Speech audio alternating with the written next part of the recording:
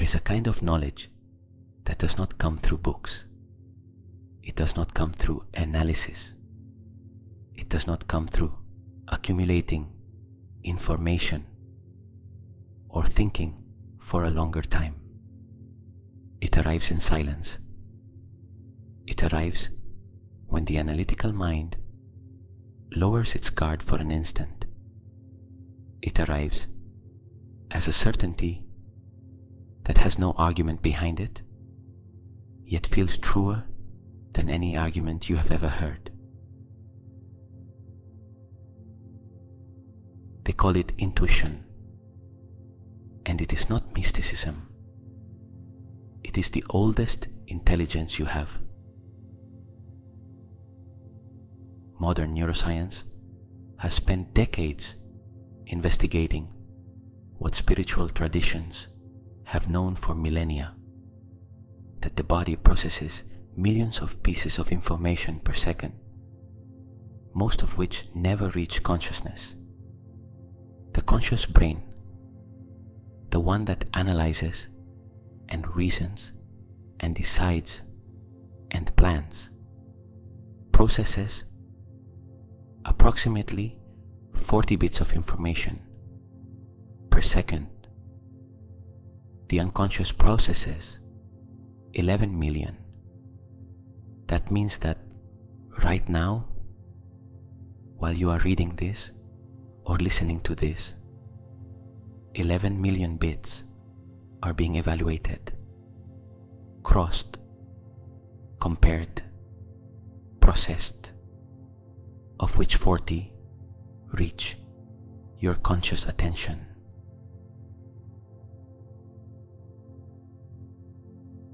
Where do the rest go? To a parallel processing system that neuroscientists call subconscious pattern recognition. A system that learns from every experience you have had, that records tendencies, detects inconsistencies, identifies opportunities and dangers before the conscious mind has even finished formulating the right question.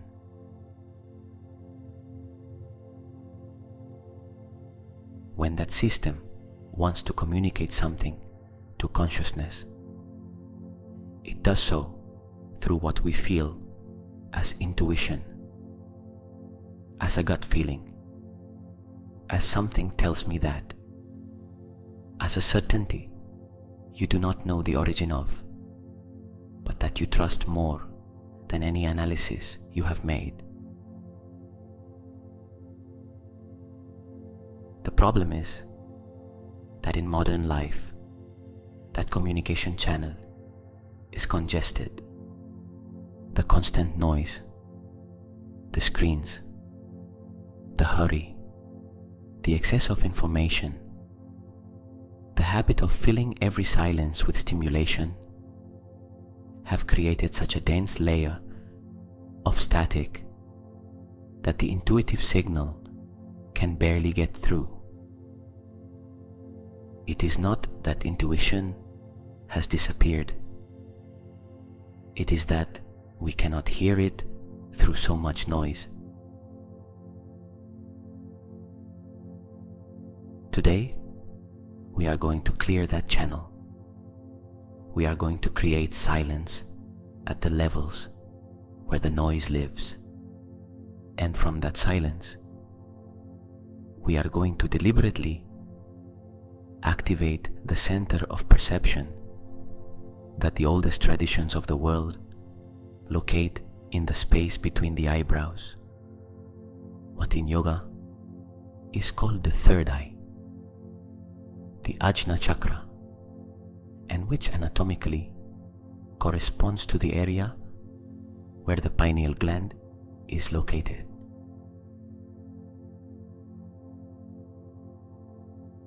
The pineal gland is one of the most mysterious structures in the human body. It is sensitive to light.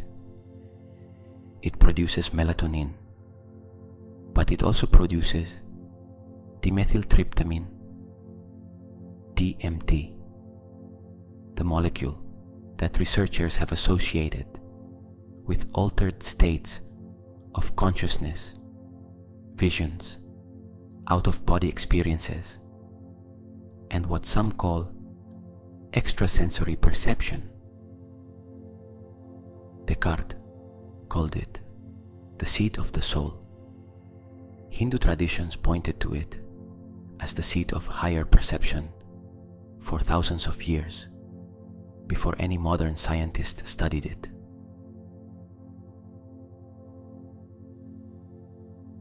Today, you activate it intentionally. Write in the comments, "My third eye awakens," as your declaration that you are ready to see beyond what the physical eyes can show you. Sit in a comfortable position with your spine upright but without tension. If you prefer to lie down, do so, but keep the intention to remain awake and receptive, not to sleep. This meditation is for activation, not for drowsiness. Close your eyes gently. Bring your attention to your breathing without changing it yet. Just observe how it enters through the nostrils, the temperature of the air entering, a little cooler than the air leaving, the movement of the abdomen or the chest, the rhythm the body has chosen in this moment.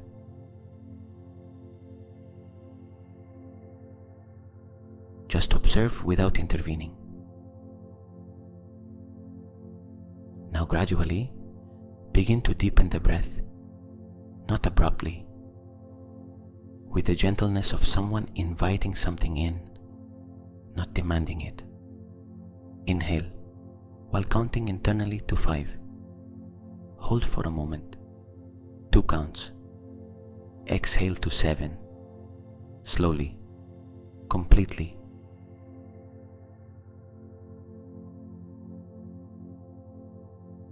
That long exhalation activates the parasympathetic nervous system. It reduces cortisol.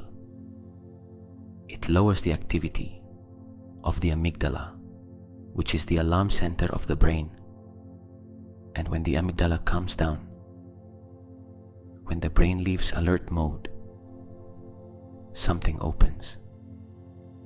A space, a silence, a receptivity that does not exist in the usual state of busy wakefulness.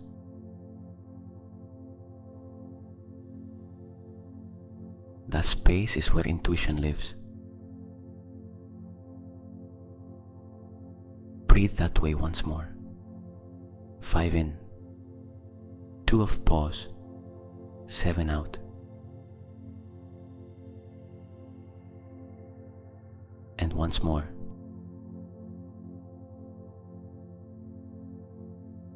Notice how the mind begins to slow down. The thoughts that kept appearing at the pace of the workday begin to spread out.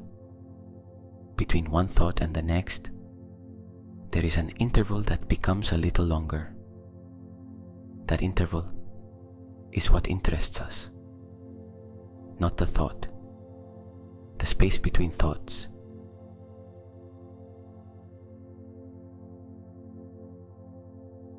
It is in that space that intuition speaks.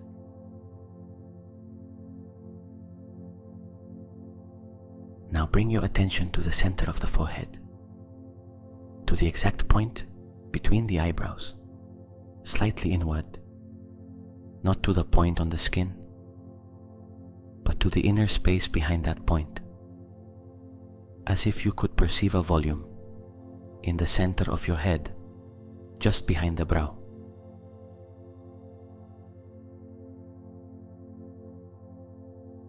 Many people feel something there when they bring attention to it. A slight pressure, a gentle warmth, sometimes a kind of pulsing. It is not always intense. Sometimes it is only a subtle differentiation, a distinction between that point and the rest of the forehead, as if there were something slightly different there.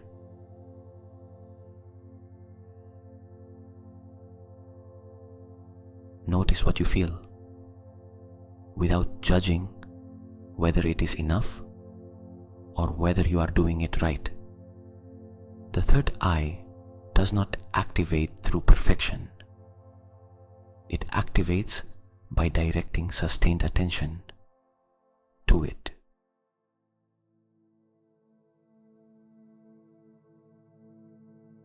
Perhaps you feel a soft pressure, as if someone placed a finger on that point without applying force. Perhaps there is warmth radiating from there toward the forehead. Perhaps a slight tingling that comes and goes. Perhaps a pulsing sensation that may or may not coincide with the heartbeat. Perhaps you simply notice that this point exists in a way you do not usually notice. A subtle but real differentiation between that place and the rest of the forehead.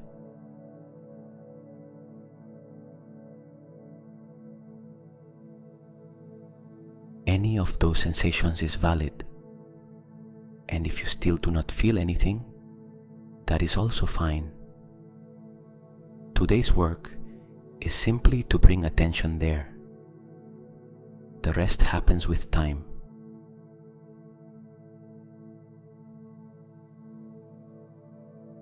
Attention is the most powerful form of energy that exists.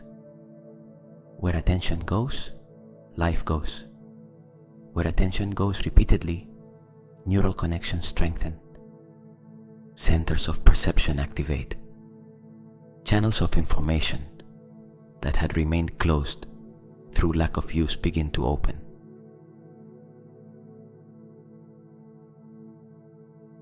There are studies in neuroplasticity showing that meditators who practice for years develop structural changes in areas of the brain related to metacognition, perception, and emotional regulation. It is not that meditation makes the brain more spiritual. It trains the brain to process in more refined, broader, more integrated ways.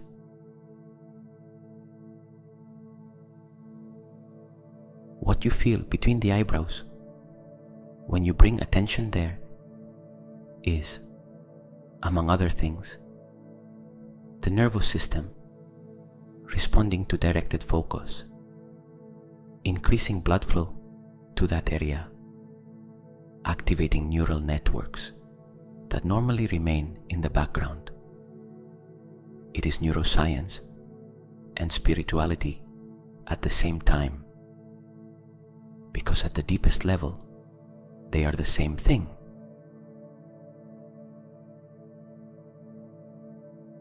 In this meditation, you give sustained attention to the most powerful center of perception you have.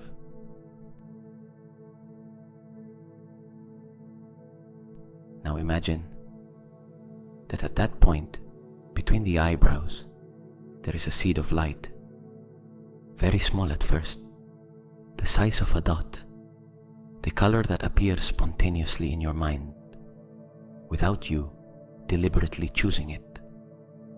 It may be indigo, the blue-violet that traditions associate with the Ajna chakra. It may be white. It may be golden. It may be any color. The one that appears is the right one for you in this moment.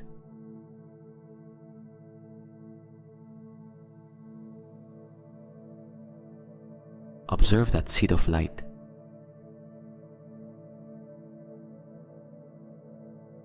Do not force it to grow. Just give it attention, like when you watch a candle flame without intervening, simply witnessing.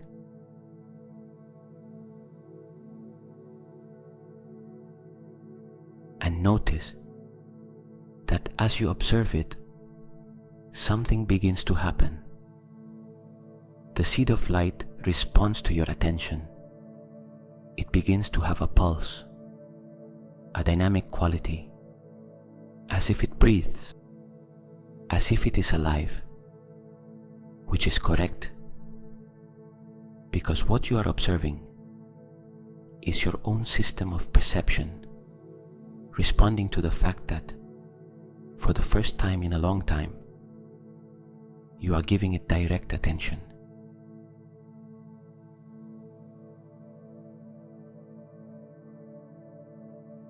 Let that seed of light begin to expand gently, without hurry, without forcing, following its own rhythm of expansion.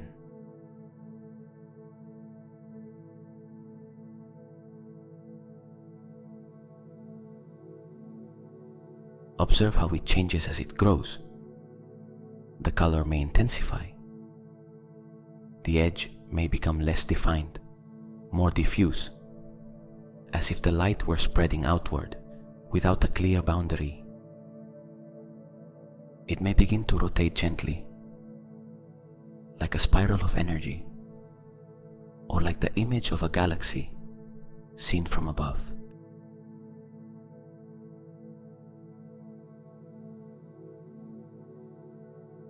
Whatever you perceive, trust it.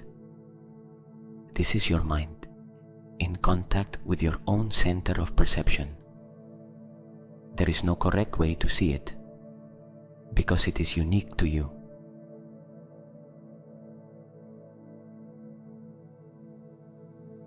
As it expands, notice that the field of your perception also expands. It is not only that you see more inside your head, it is that the space of what you can perceive in general becomes wider, more inclusive, more receptive to information that would normally not reach your conscious attention.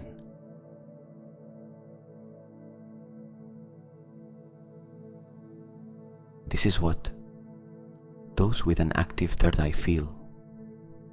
Not a supernatural vision, an expansion of the usual perceptive range, an increased sensitivity to patterns that previously went unnoticed,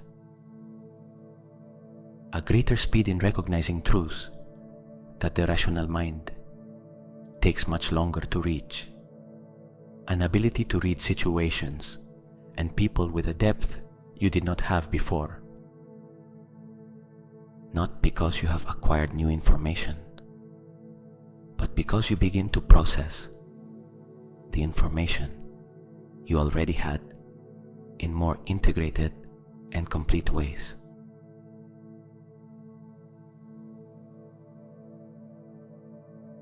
Let that expansion continue.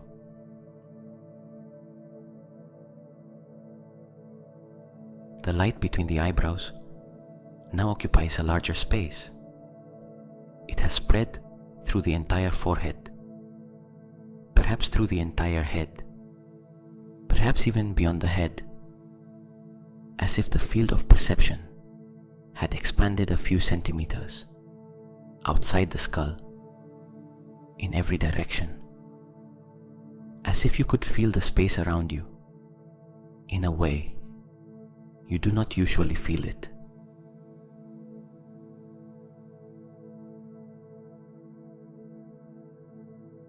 That sensation of an extended field is not imagination.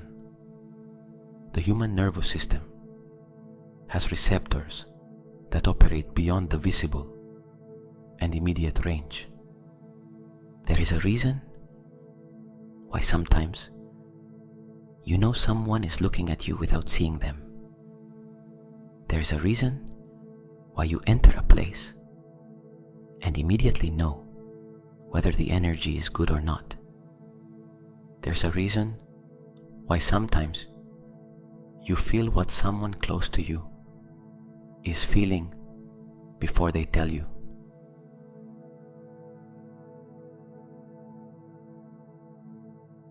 That system of extended perception exists not as a superpower, as a natural part of what we are.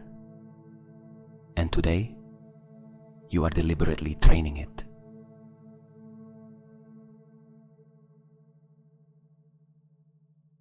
Remain in that expansion for a moment, without doing anything with it, just inhabiting it, familiarizing yourself with how it feels, so you can recognize it when it appears outside meditation.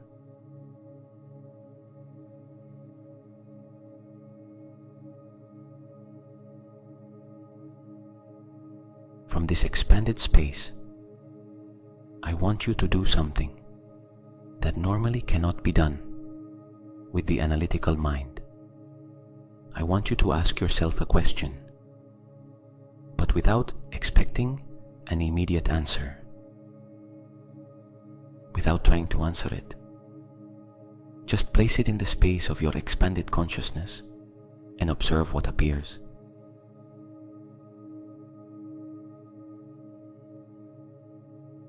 The question can be any question you have been carrying for a long time, a decision you have not been able to make, a situation you still do not understand,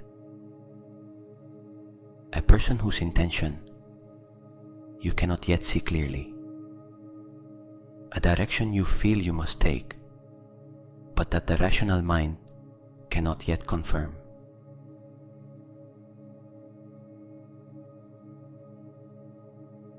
Plant it in silence, like someone dropping a stone into a quiet pond and observing the ripples that form.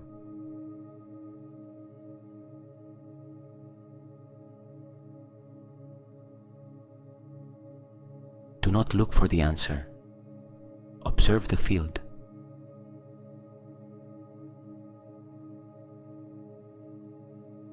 An image may appear, a symbol, a sensation in the body, a word that arises on its own, a certainty that does not come with an argument, but settles with a weight you recognize as truth.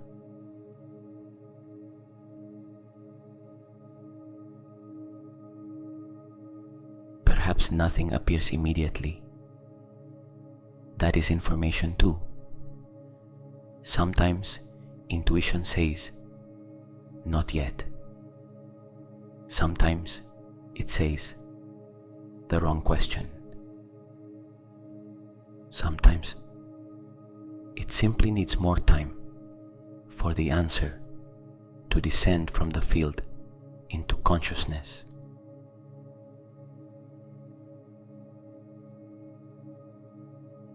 If something appears, receive it without analyzing it yet, without judging whether it makes sense, without checking whether it is logical. The analytical mind will have time later to integrate it. Right now, in this space of expanded awareness, the work is to receive without filtering.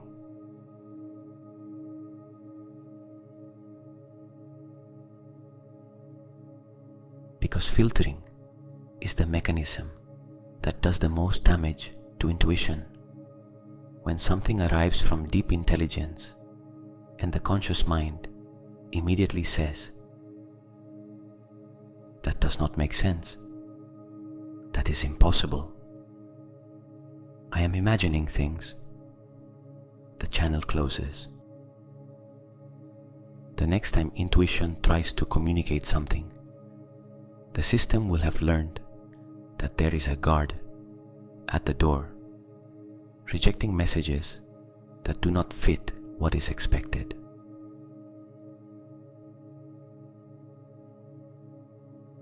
today the guard rests. Today you receive what comes without editing it. You can evaluate it later. You can decide later whether to act on it or not. But first, you receive, without judgment, without condition.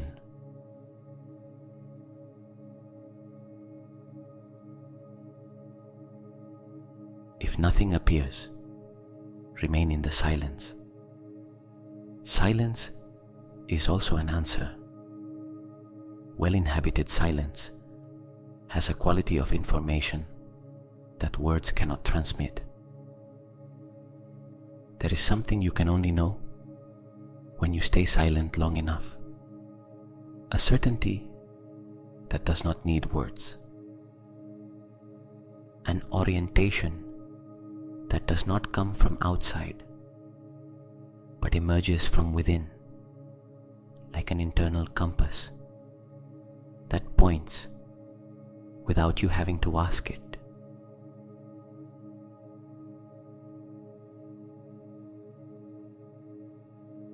Now I want to guide you deeper into this space of expanded perception.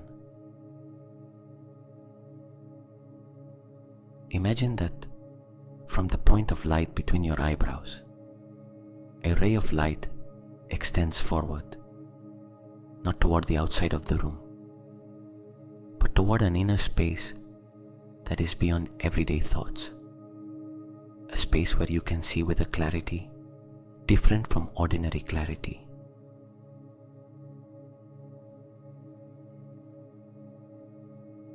That ray of light guides you forward, and ahead, in that inner space, an image appears.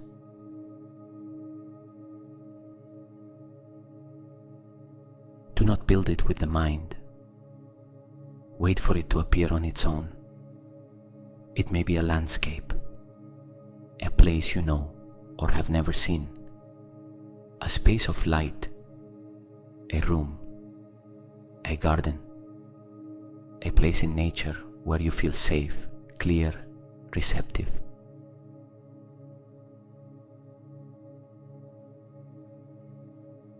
Let it form in its own time.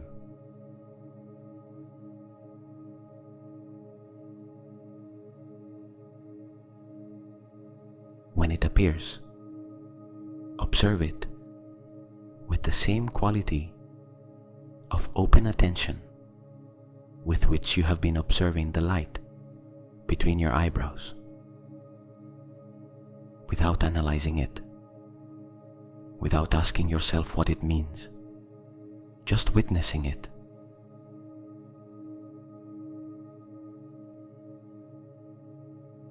What is there? What qualities does that space have? Are there specific colors? Is there natural or artificial light? Are there natural elements like water, earth, plants, sky? Are there objects or is it empty? Are there sounds or is there silence?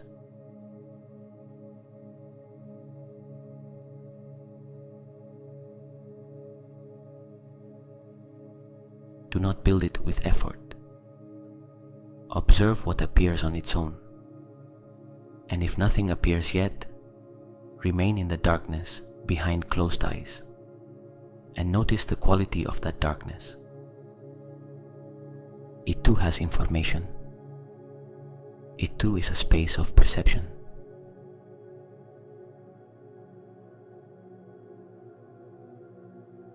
This space is your space of inner clarity. It is the place you can return to whenever you need to access your own wisdom without the noise of the rational mind. It is not an imagined place. It is a state, and this state has a direction, a texture, a quality that you now know and that you will be able to recognize whenever you want to return to it.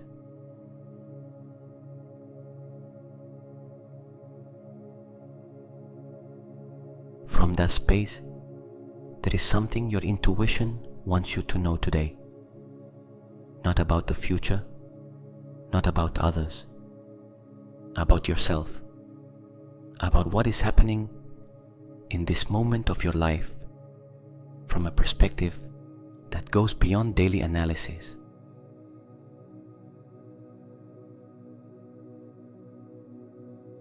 It may be simple. Often the deepest truths are simple. A single phrase, a single image, a single sense of direction.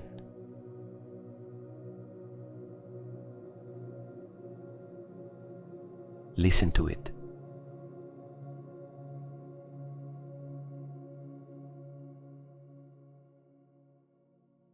Do not correct it. Do not edit it. Do not filter it through what you think you should be feeling or thinking.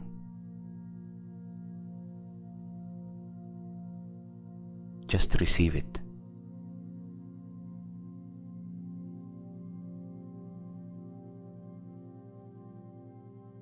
And if what you receive surprises you, if what comes is not what you expected, if the answer that appears does not fit the script you had in mind, pay even more attention, because intuition does not tell you what you want to hear. It tells you what you need to know. And those two things sometimes coincide, and sometimes they do not. When they do not coincide, when intuition points in a direction the rational mind would not have chosen, that is where the true work of trusting your own knowing begins.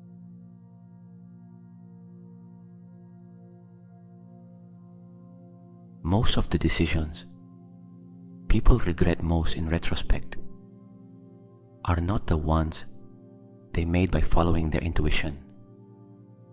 They are the ones they made by ignoring it.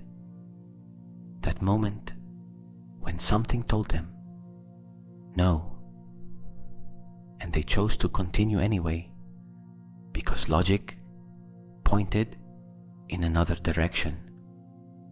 Or that moment when something told them yes, and they chose not to act because of fear or doubt.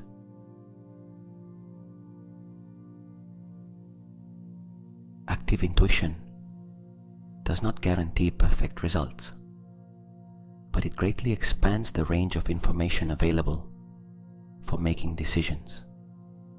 And with more information, even if it is of a kind that cannot be measured with conventional data, decisions are more likely to be aligned with who we truly are and what we truly need.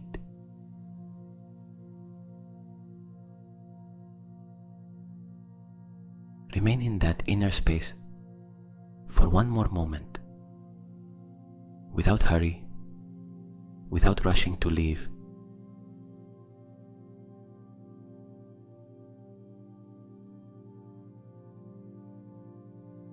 This is the training of the third eye. It is not an ability that appears fully formed the first time. It is a muscle that develops with practice.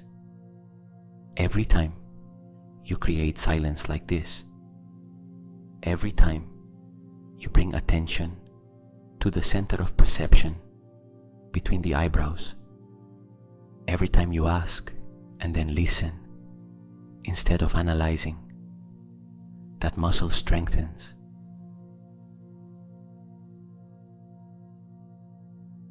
And with time, intuition is not something you access only in meditation. It becomes available in daily life. That inner voice that was once an inaudible whisper amid the noise begins to carry more weight, more presence, more clarity. You recognize it sooner, you trust it more, and you make decisions from a deeper place than the one you had access to before.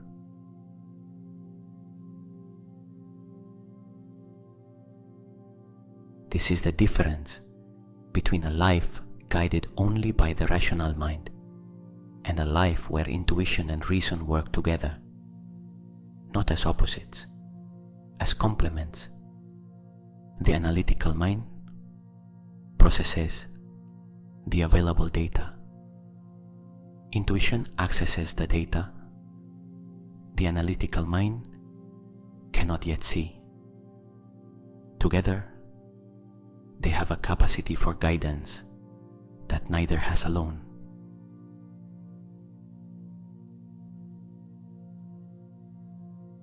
Think of the people you admire most, those who seem to make the right decisions with a consistency the rest of us struggle to reach. Those who read situations quickly and accurately. Those who seem to know what is coming before it arrives. In every case, if they could explain how they do it, the answer would contain some version of "I trust what I feel." Something told me yes. I cannot explain it, but I knew it was right. That is not luck. It is developed intuitive intelligence. Sometimes, through years of experience that the nervous system has processed and converted into instant pattern recognition. Sometimes, through deliberate practices, like the one you are doing today.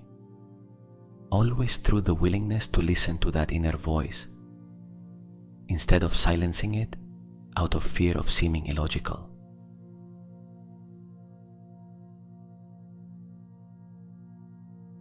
Today, you strengthen that willingness. Today you tell your inner system, "I hear you.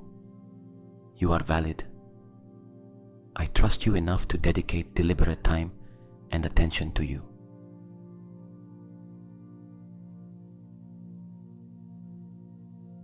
That changes something, not only in meditation, in life.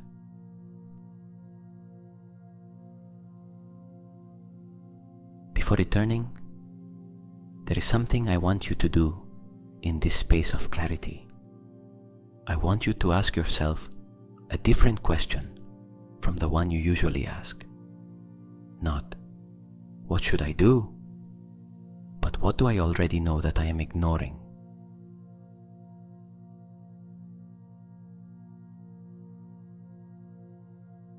Because intuition rarely brings completely new information. Most of the time, it confirms or clarifies something that on some level you already knew. You already knew that relationship was not right. You already knew that path was not yours. You already knew that project deserved more attention than you were giving it.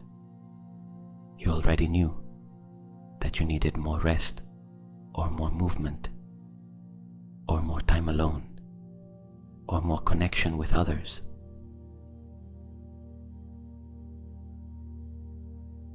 What do you already know that you are ignoring?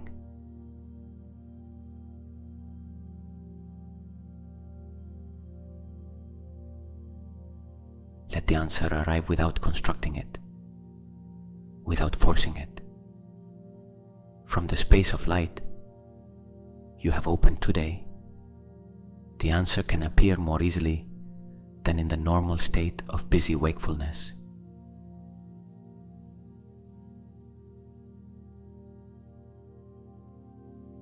Receive it. Honor what comes.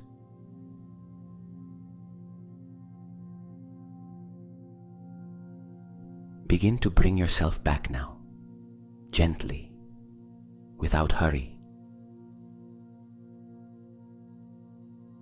From that space of inner clarity, from that place where the light of the third eye illuminates beyond the ordinary, begin to return toward the surface of consciousness.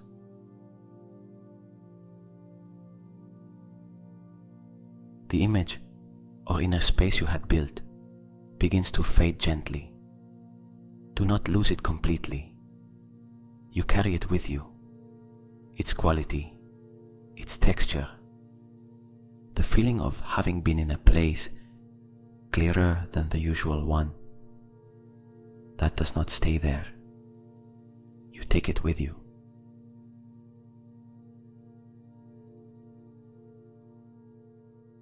The point of light between the eyebrows is still there. You can feel it. A subtle but real presence in the center of the forehead. You take that with you too. It does not disappear when the meditation ends. With practice it remains, subtle but active, receptive, open to information that did not reach you before.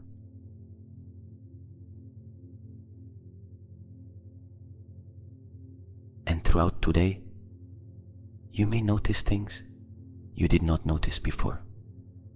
A sensation in the body before something happens. A certainty about a situation that you cannot justify with data, but that feels more real than the data. A no that emerges on its own when someone proposes something that apparently should be a yes. A yes that appears where you expected doubt.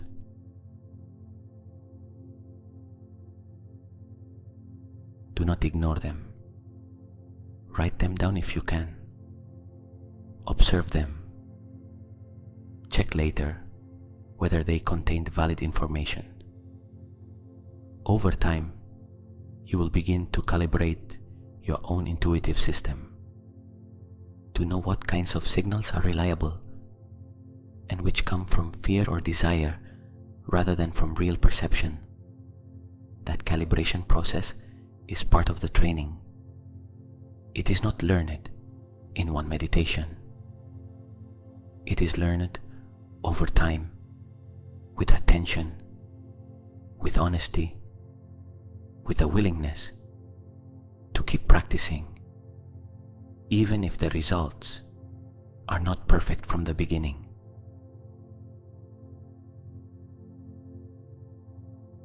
The third eye you have activated today will continue developing if you give it regular attention.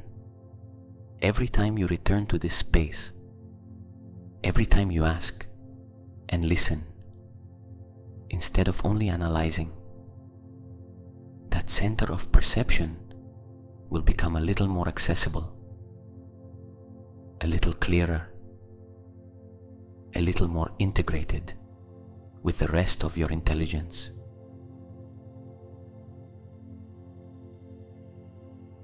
Bring your attention back to the physical body.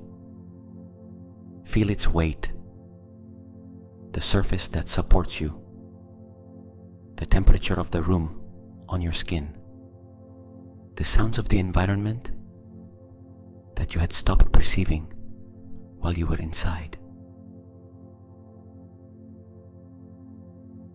Gently move the fingers of your hands, your feet.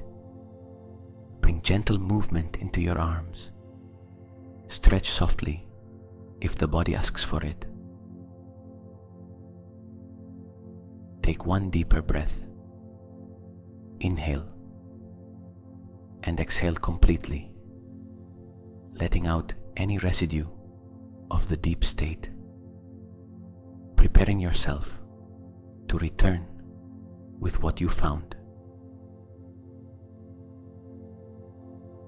And when you are ready, open your eyes, slowly, allowing the light to enter without hurry. What you found in this space is yours. You do not need anyone to validate it. You do not need it to to make sense immediately. Intuition works in rhythms that are not always those of the conscious mind. But trust that what arrived today arrived because it was what you needed to receive. And trust that the channel you have opened tonight, that channel between your conscious intelligence and your deeper wisdom, will remain more open than before.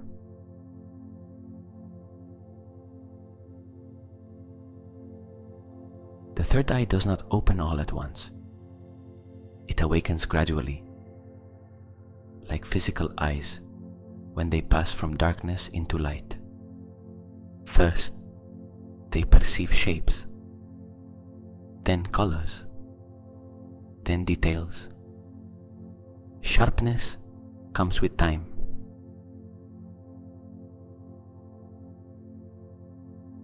Today, you took the first step toward the clarity that is coming. Welcome back, and welcome to the version of you that begins to see with more eyes than the two you have on your face. The version that trusts its own knowing. The version that does not always need the perfect argument before moving. The version that has access to an intelligence it did not learn in any book, but that has been inside you your whole life, waiting for you to listen to it.